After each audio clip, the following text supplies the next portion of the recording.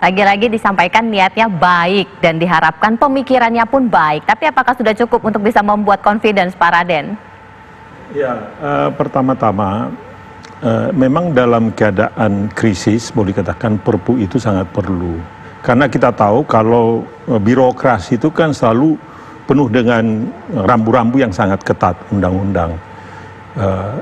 Dalam situasi begini memang kita juga bersyukur kalau DPR memang memberikan kepada mereka itu keleluasaan untuk bisa lebih cepat, ya. Karena kalau terlampau dibuat rambu-rambu dalam keadaan krisis kan semua sudah terlambat sudah, ya. Jadi ini adalah memberikan kebebasan.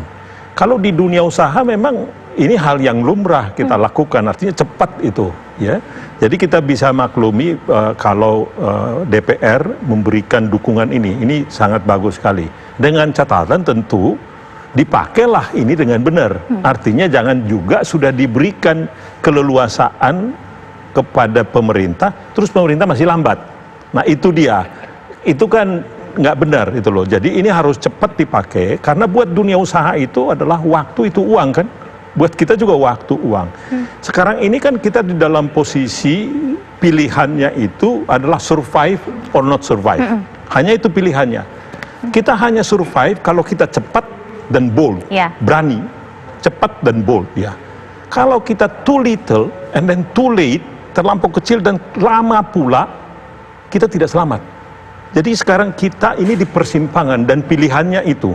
Nah sekarang sudah diberikan keleluasan itu kepada pemerintah, tinggal sekarang apakah pemerintah bisa menggunakan ini secara optimal untuk cepat dan bold mengambil keputusan supaya kapal kita ini selamat. Putusan apa yang paling cepat yang harus diambil pemerintah sehingga makin confidence, makin yakin, pengusaha? Satu adalah kita lihat tentu keputusan-keputusan yang berkaitan dengan jaring pengaman sosial, ya. Kalau kita lihat jaring pengaman sosial baru mulai dilakukan di bulan April, ya, pertengahan April.